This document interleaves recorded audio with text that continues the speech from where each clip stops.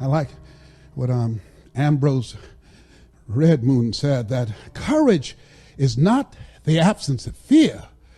Courage is the judgment that what you want is more important than your fear.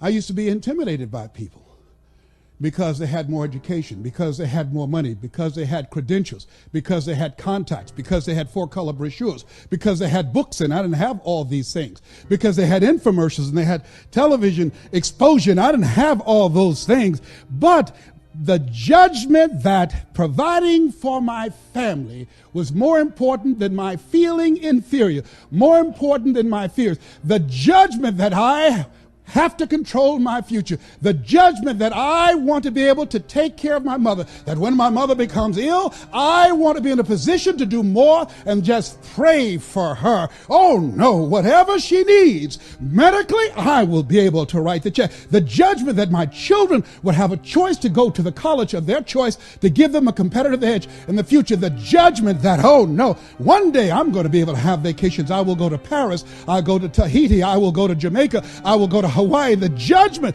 I have more time for myself. The judgment that I'm going to secure my grandchildren's future and my great-grandchildren. The judgment of those things that make life worth living was more important than my fear.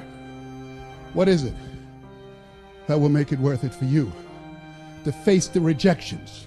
What is it that will make it worth it for you to brainstorm and not be intimidated and say, I can do this? What is it that will make it worth it for you to raise the bar on yourself and say, I got some more stuff in me. Oh, I haven't even gotten my biggest deal yet. What is it that will make it worth it for you to go back to a customer who slammed a door in your face? What is it that will make it worth it for you to know your vitamin, that you become empowered by it? What is it that will make it for you when you want to give up?